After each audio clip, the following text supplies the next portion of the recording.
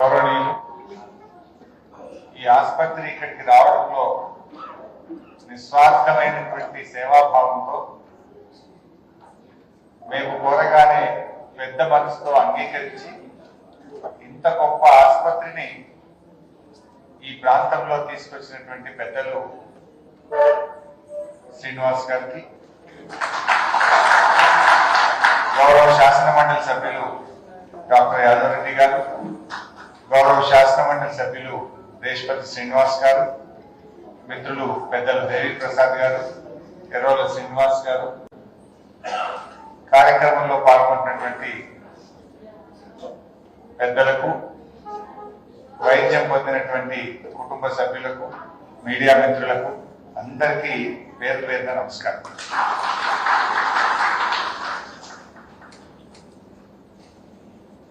జీవితం అనేటువంటిది శాశ్వతం కాదు. ఎవరైనా పుట్టినవాడు మిట్టక మానదు. కానీ జీవించినప్పుడు చేసినటువంటి మంచి పనులు శాశ్వతంగా నిలిచిపోతాయి.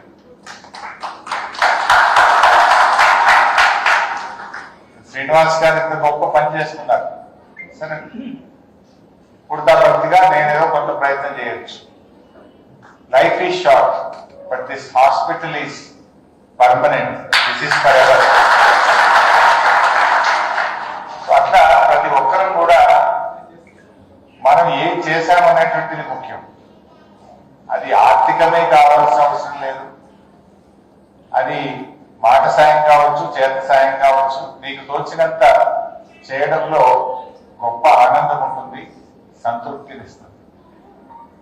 ఈరోజు ఈ హాస్పిటల్ ఇలా రావడం, ఆ పిల్లలందరినీ కలిసి ఒక్కొక్కరిని పలకరించడం, ఆ తల్లిదండ్రుల కళ్ళల్లో మెరుపులు చూస్తా ఉంటే కడుపు నిండినంత సంతోషం. ఆ తల్లిదండ్రుల్లో ఒక గొప్ప ఆనందం వారి పెదవుల మీద, వాళ్ళ కళ్ళల్లో మెరుపులు, ఆ చిన్నారుల యొక్క కేరింతలు వింటుంటే ఎంత ఆనందం కలుగుతుందంటే అది మాటల్లో నేను గడపట్లేదు, మాటల్లో చెప్పలేదు. ఇప్పుడే శ్రీనివాస్ గారు చెప్పినట్టు ये हॉस्पिटल में सिर्फ दवाई नहीं, यहाँ पर भगवान का दुआ भी दे रहा है. दवाई नहीं, ये हॉस्पिटल में दवा से ज्यादा मोहब्बत मिल रहा, प्यार भी मिलता है. यहाँ पर यहाँ जितने लोग भी काम कर रहे हैं वो लोग मैं नौकरी करूं बोल के काम नहीं कर रहे. वो लोग उनकी खुद की बेटी के लिए जो सेवा करते हैं, उनकी बच्ची के लिए जो सेवा करते हैं, अपन घर में जो काम कर लेते हैं, यहाँ पर जितने भी लड़की और लड़के दवा के लिए, ट्रीटमेंट के लिए यहाँ पर आ रहा है, सबको भी उनके बच्चे मान के वो लोग सेवा कर रहे हैं. ये बात आप जानना चाहिए. జరుగుతున్నటువంటిది తమ పిల్లలుగా భావిస్తూ మీ పిల్లలకు వాళ్ళు వైద్యం అందించారు. వాళ్ళు సేవ చేసే డాక్టర్ గారు కావచ్చు, స్టాఫ్ నర్స్ కావచ్చు, మీ అటెండెంట్స్ కావచ్చు, ఆసుపత్రిలో పనిచేసే ప్రతి ఒక్కరు కూడా చిరునవ్వుతో ఆప్యాయంగా పలకరిస్తున్నారు. అది సగం రోగాన్ని ఇంకా ఈజ్ అవుట్ చేస్తుంది. నిజంగా వైద్యం 50% అయితే ద వే యూ హ్యాండిల్ అది ఇంకా ఇంకా ముఖ్యమైనటువంటిది. ఇందాక డాక్టర్ గారు ఇంకో మాట అన్నారు, సారీ శ్రీనివాస్ గారు ఒక మాట అన్నారు, బట్ మీకు డాక్టరేట్ ఇవ్వాల్సిందే. శ్రీనివాస్ डॉक्टरेट मिला, श्रीनिवास साहब को अभी नहीं मिला, मिलना चाहिए. Service what you have done. सिर्फ दिल बिना बिल. ఇక్కడ ప్రేమ తప్ప ₹1 తీసుకునేది లేదు. ఇందాక ఒకరు మాట్లాడుతూ అన్నారు, ఒక అమ్మ చెప్పింది నాకు, బస్ కిరాయి కూడా లేకుండా బిడ్డ వీళ్ళే బస్ కిరాయి కూడా ఇచ్చి బండి కూడా పెట్టి కడుపు నిండా అన్నం పెట్టి నా బిడ్డకు ఆపరేషన్ చేసి పంపిస్తున్నారు. ఇంకొకరు మాట్లాడుతూ అన్నారు, చాలా బాగా చూసుకున్నారు, నా బిడ్డనే కాదు మేము ఇక్కడ ఉండడానికి మాకు వసతి ఇచ్చారు, మాకు కడుపు నిండా భోజనం పెట్టారు, వారం రోజుల తర్వాత మళ్ళీ ఒక్కసారి చెకప్ కోసం రమ్మంటే ఏం పోతాం, ఆ వారం కూడా ఇన్నే ఉంటామంటున్నట్టు. అంత సౌకర్యం ఉంది ఇక్కడ. ట్రీట్మెంట్ అయిపోయింది, బాబు మంచిగా అయిపోయాడు, డిశ్చార్జ్ చేస్తున్నాం, ఇంటికి వెళ్ళండి, ఒక వారం 10 రోజుల తర్వాత మళ్ళీ ఒకసారి చెకప్ రండి అంటే ఏమో అంత దూరం పోయి రావాలంటే మళ్ళీ బస్సు వేళకి ఇబ్బంది అవుతుంది, ఈయనే ఉంటామో అంటున్నారట. అంటే మీ సొంత ఇల్లు లాగా అంత అద్భుతమైన సేవ ఈ హాస్పిటల్లో అంతా ఉంది. నాకు కూడా నిజంగా దాదాపు 2 దశాబ్దాలకు పైగా ప్రజా జీవితంలో ఉన్న కొన్ని పనులు అత్యంత సంతృప్తిని అందిస్తాయి, ఆనందాన్ని కలిగిస్తాయి. అందులో ఒకటి ఈ సత్యసాయి గొప్ప ఆనందం. ఇట్లా కాళేశ్వరం నీళ్లు, గోదావరి నీళ్లు మా ప్రాంతానికి వచ్చి పంట పొలాలలో నీళ్లు బాగుతుంటే రైతుల కళ్ళల్లో నేను ఆనందం చూశాను. ఈరోజు ఈ పిల్లల తల్లిదండ్రుల కళ్ళల్లో ఉండే ఆనందం అది వెలకట్టలేదు. నిజానికి శ్రీనివాస్ గారు ఇక్కడ మాతా శిశు సంక్షేమ ఆసుపత్రి పెడదాము అనుకున్నారు. అంటే డెలివరీస్ మరియు పుట్టిన పిల్లల బాగోగులు చూసే ఆసుపత్రి ఈ ప్రాంతంలో పెట్టాలనుకున్నాను. నేను అన్నాను, సార్ మాకు మా రాష్ట్రంలో హెల్త్ డిపార్ట్మెంట్ బాగా పనిచేస్తుంది, 100% ఇన్స్టిట్యూషన్ డెలివరీస్ జరుగుతూ ఉన్నాయి. కానీ ఇంకా కొంచెం ఈ అప్పుడే పుట్టిన పిల్లలకు మాత్రం మేము ఈ కార్డియక్ సమస్యల్ని ప్రభుత్వంగా మీకు పూర్తి స్థాయిలో చేయలేకపోతా ఉన్నాం. చాలా మంది పిల్లలు చిన్న వయసులోనే చనిపోతా ఉన్నారు, వైద్యవంతంగా వాళ్ళ గ్రోత్ తగ్గిపోతా ఉంది. ఇది మీరు అద్భుతంగా చేస్తున్నారు దేశంలో, ఛత్తీస్గఢ్ లో, హర్యానాలో, మహారాష్ట్రలో, కర్ణాటకలో, దేశంలో 4-5 రాష్ట్రాల్లో అద్భుతమైన సేవ అందిస్తా ఉన్నారు. మా తెలుగు రాష్ట్రాల్లో లేదు, అదేదో మా తెలంగాణలో మా ప్రాంతంలో పెట్టండి అని నేను కోరడం నిజంగా వారు అంగీకరించిన నా జన్మ ధన్యమైందని నేను భావిస్తాను. శ్రీనివాస్ గారికి నేను శిరస్సు వంచి హృదయపూర్వకంగా మాటల్లో ఆయనకు నేను కృతజ్ఞత చెప్పలేను. నిజంగా చెప్పాలి, పదాలు దొరకడం లేదు ఆయనకు. సార్ నేను ధన్యవాదాలు చెప్పడానికి, కృతజ్ఞతలు చెప్పడానికి పదాలు దొరకడం లేదు. ఎందుకంటే ఏదైనా మాట్లాడడం చాలా ఈజీ. ఇంత పెద్ద ఆసుపత్రి నిర్మించి ఇంతమంది సిబ్బందిని పెట్టి ఎక్కడెక్కడి నుంచో, కొంతమంది ఆంధ్రప్రదేశ్ నుంచి వచ్చారు, కొంతమంది ఛత్తీస్గఢ్ నుంచి వచ్చారు, కొంతమంది బీహార్ నుంచి వచ్చారు, కాకినాడ నుంచి వచ్చారు, వివిధ జిల్లాల నుంచి వచ్చారు. ఎంతో దూరం నుంచి ఏమి తెలియదు, భాష తెలియదు, ప్రాంతం తెలియని ప్రాంతానికి వస్తే గుండె కట్టుకొని తమ పిల్లల్లాగా కడుపు నిండా భోజనం పెట్టి వసతి కల్పించి వైద్యం చేసి వారిని పంపడం అంటే ఇది మాటల, ఇది భగవంతుడి కృప, స్వచ్ఛమైనటువంటి మనసు, ఆయన మంచితనమే ఇంత గొప్పగా నడుపుతాం.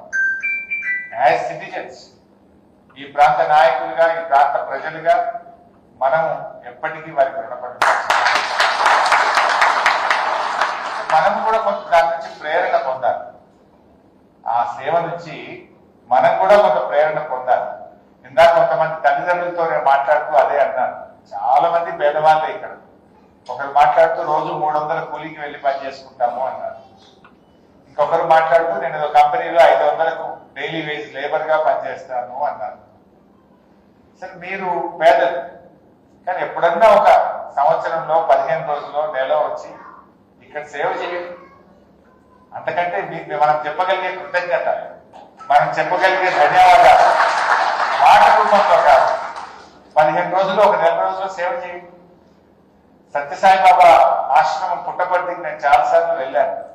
అక్కడ ప్రపంచ దేశాల నుంచి, అమెరికా నుంచి, ఎక్కడెక్కడ ఉత్తర భారతదేశం నుంచి వచ్చి నెల రోజుల పాటు బాగా చదువుకున్న వాళ్ళు, పెద్ద పెద్ద ఆఫీసర్స్, డాక్టర్స్ నెల రోజుల పాటు ఆ సత్యసాయి బాబా ఆసుపత్రిలో, ఆశ్రమంలో క్లీన్ చేస్తూ ఉంటారు, ఊడుస్తూ ఉంటారు, భోజనం వండుతూ ఉంటారు, భోజనం సర్వీస్ చేస్తూ ఉంటారు. That is the service. అట్లాంటి మోటివేషన్ మనతో ఉండాలి. సో నేను కూడా మీతో కోరేది ఒకటే, మీరు you should pay back to the society. ఏమి ఇస్తాం ఆసుపత్రికి? మనకు ఎప్పుడైతే ఒక నెల రోజులో 15 రోజుల జీవితంలో రండి. మీరు ఇక్కడ ఇంత సేవ పొందారు కదా, ఆ సేవను మళ్ళీ తిరిగి ఆసుపత్రికి ఇవ్వాల్సిన బాధ్యత మన మీద ఉందా లేదా? ఏమి డబ్బులు ఇవ్వకండి, వచ్చి మీరు ఒక మంచి ఒక నెల రోజులు, 15 రోజులు మీ జీవితంలో, ఒక సంవత్సరంలో వీలైనప్పుడు వచ్చి సేవ చేయండి ప్రతి ఏడాది. ఇక నుండే ప్రజాప్రతినిధులుగా మనం కూడా దీని నుంచి నేర్చుకోవాలి. దీని నుంచి శ్రీనివాస్ గారిని చూసి మనం ఒక ప్రేరణ పొందాలి. Life is always learning. మనం ఆయనలో ఎంత స్వార్థంగా ఉంది, ఎంత సిన్సియారిటీ ఉంది, వాళ్ళలో ఎంత నిజాయితీతో ఆయన పనిచేస్తున్నాడు. ఆయనకేమి అంబిషన్స్ లేవు, నిస్వార్థమైనటువంటి సేవ. మనం అంటే రాజకీయ నాయకులు కావచ్చు, స్వార్థం ఉంటుంది. ఆయనలో ఏముంది? నథింగ్. ఓన్లీ ఆ సత్యసాయిబాబా యొక్క divine blessings and sincerity. So అలాంటి ఒక మంచి కార్యక్రమాన్ని మనం ముందుకు తీసుకుపోవాలి. ఇంత గొప్ప ఆసుపత్రి ఇక్కడ రావడం, ఇంతమందికి ఈరోజు నిజంగా నేను అన్ని మర్చిపోయాను. ఇక్కడికి వచ్చినప్పటి నుంచి phone switch off phone switch off చేసా పూర్తి స్థాయిలో. హ్యాపీగా ఆ పిల్లలు చూస్తుంటే, ఆ ఆనందం చూస్తుంటే నాకు ఒక కొత్త ఉత్సాహం, నాలో ఒక బలం వచ్చినట్టు, ఒక శక్తి వచ్చినట్టు ఆనందం కలిగింది. ఎంత గొప్ప తృప్తి కలుగుతా ఉంది నాకు కూడా. సో ఇది నిజంగా చాలా చాలా సంతోషం. ఇది ఇంకా కూడా ప్రజల్లోకి వెళ్ళాలి, ఇంకా ఇది ఎక్కువ ప్రచారం జరగాలి. ఇంకా మన దేశంలో ప్రతి సంవత్సరం 2,60,000 మంది ఈ సమస్యతో బాధపడతా ఉన్నారు. ఈ సిహెచ్డి సమస్యతో బాధపడుతున్నటువంటి 2,60,000 మందిలో ఈరోజు మన దేశంలో వైద్యం అందుతున్నది 10%, 20% మందికి అందుతుంది. ఇంకా చాలా మంది వైద్యాన్ని అందుకోలేక పాపం అలాగే ఉండిపోయి జీవితాన్ని కోల్పోతా ఉన్నారు. ఆ పిల్లలు తల్లిదండ్రులు పడే బాధ, శోభ అది అనుభవించే వాళ్ళకే తెలుస్తుంది తప్ప వేరే వాళ్ళకి తెలియదు. కళ్ళ ముందు పిల్లవాడు బరువు పెరగకపోతుంటే, కళ్ళ ముందు పిల్లవాడు శ్వాస పీల్చుకోలేకపోతే ఆ తల్లి హృదయం ఎంత తల్లడిల్లుతుందో అది అనుభవించేటువంటి తల్లికి తెలుస్తుంది, తండ్రికి తెలుస్తుంది. సో ఇంకా ఈ దేశంలో దాదాపు ఒక 60,000-70,000 మంది ప్రతి సంవత్సరం వైద్యం అందక దూరంగా ఉన్నారు. అది మొదటి సంవత్సరంలో వైద్యం చేయగలిగితే ఆ పిల్లవాడు అద్భుతంగా మళ్ళీ అందరిలాగా ఎదగలుగుతాడు, అందరిలాగా ఉండగలుగుతాడు. ఆలస్యమైన కొద్దీ సమస్యాత్మకం అవుతుంది. సర్జరీ సమస్యాత్మకంగా ఉంటుంది. పిల్లవాడి గ్రోత్ కానీ పిల్లవాడి ఎదుగుదల తగ్గుతుంది. అందువల్ల ఇది మొదటి సంవత్సరమే జరగాలి అంటే మన ప్రజల్లో అవేర్నెస్ లేకపోవడం. నెట్వర్క్ హాస్పిటల్స్ కానీ, గవర్నమెంట్ నెట్వర్క్ కానీ, ఎన్జిఓ నెట్వర్క్ కానీ ఆ చైతన్యాన్ని వాళ్ళలో తీసుకొచ్చి మొదటి ఏడాదే ఇక్కడికి తేగలిగితే అందరి పిల్లల్లాగా ఆ పిల్లలు కూడా రేపు అద్భుతంగా ముందుకు వెళ్ళే అవకాశం ఉంటుంది. ఆలస్యం అయితే కొంత ఇబ్బంది కలుగుతుంది. సో అట్లా మనం దీన్ని ఒక చైతన్యాన్ని ప్రజల్లో తీసుకొచ్చి, ఇప్పుడు డాక్టర్ గారు ఏమన్నారు, ఇక్కడ మాకు ఒక ఆపరేషన్ థియేటర్ ఉంది, as we grow second theatre కూడా ఓపెన్ చేస్తాము, ఎంతమందికైనా మేము ఉచితంగా సో మనం కూడా రాజకీయాలకు అతీతంగా అందరూ కలిసి ప్రభుత్వ సహకారం తీసుకొని, నెట్వర్క్ సహకారం తీసుకొని, ఎన్జిఓ సహకారం తీసుకొని ఎంతమందికి వీలైతే అంతమందికి మనం సేవ అందించే విధంగా ఈ ఆసుపత్రిని ముందుకు నడిపించే విధంగా మనం బాధ్యత తీసుకోవాలి. ఇది సోషల్ రెస్పాన్సిబిలిటీ, మనందరి యొక్క బాధ్యత. ఆ రకంగా ఇంకా మనం అందరం కలిసి దీన్ని చక్కగా ముందుకు తీసుకెళ్దాం. శ్రీనివాస్ గారు ఇంకో మాట కూడా అన్నారు, ఇక్కడే ఒక ట్రైనింగ్ సెంటర్ కూడా పెడతాం. ఇందులో పనిచేసే సిబ్బందికి కానీ, ఈ ప్రాంతంలో ఆడపిల్లలు ఎవరైతే ఉద్యోగం లేక, ఉపాధి లేక ఇబ్బంది పడుతున్నారో వారికి ఒక మంచి శిక్షణ కేంద్రాన్ని కూడా త్వరలో ఇక్కడ ప్రారంభిస్తాము అన్నారు. అక్కడ చదువుకొని ట్రైనింగ్ పొందిన తర్వాత they can work in this hospital, లేదా ఈ గ్రూప్ లో ఉండే మిగతా రాష్ట్రాల్లో ఉండే ఆసుపత్రుల్లో పనిచేసి, లేదా వాళ్ళకి ఇష్టమైన చోట కూడా పనిచేసేటువంటి అవకాశం ఉంటుంది. సో ఉపాధి కూడా పెంచాలి, విద్యా ఉపాధి. ఈ సెక్టర్ లో చాలా స్కోప్ కూడా ఉంది ఇంకా. సో ఈ హెల్త్ సెక్టర్ లో మేము ఇక్కడ ఒక ట్రైనింగ్ సెంటర్ ని కూడా పెట్టి ఈ ప్రాంతంలో ఉండే నిరుద్యోగ యువకులకు శిక్షణ ఇచ్చే కార్యక్రమాన్ని త్వరలో ఇక్కడే ప్రారంభిస్తామని చెప్పారు. దానికి కూడా నేను వారికి హృదయపూర్వకంగా నేను ధన్యవాదాలు తెలియజేస్తాను. ఈ సందర్భంగా పెద్దలు రమణాచారి గారిని కూడా మనం గుర్తు చేసుకోవాలి. రమణాచారి గారు కూడా ఆ రోజు అన్నా మనం ఒక 10 ఎకరాలు స్థలం ఇద్దాము, ఇది నువ్వైతే ఇప్పటికీ ఒక ఓల్డ్ ఏజ్ వృద్ధాశ్రమం కట్టి ఉన్నావు, ఒక ఆలయం కట్టి ఉన్నావు, దానికి తోడుగా ఒక వైద్యాలయాన్ని కూడా ఇక్కడ తెచ్చుకున్నావు. విద్యాలయం వచ్చింది, ఆలయం వచ్చింది, వృద్ధాశ్రమం వచ్చిందన్న ఈ కొండపాక గడ్డ మీద ఒక వైద్యాలయం కూడా వస్తే అద్భుతంగా ఉంటుంది అనగానే పాపం రమణాచారి గారు పెద్ద మనసుతో వారు కూడా శ్రీనివాస్ గారిని కలిసి మాట్లాడి ఈ 10 ఎకరాల స్థలాన్ని అందించి ఇంత గొప్ప ఆసుపత్రి రావడానికి రమణాచారి గారిని కూడా వారి బృందానికి నేను ఈ సందర్భంగా వారికి కూడా గుర్తు చేసుకుంటూ ధన్యవాదాలు తెలియజేస్తూ సో ఇంకా ఇది ముందుకు సాగాలని మనసారా ప్రార్థిస్తూ సో అందరికీ ముఖ్యంగా doctors and team members staff nurse అందరికీ కూడా నేను I thank each and every one who ever contributed in the process. Thank you.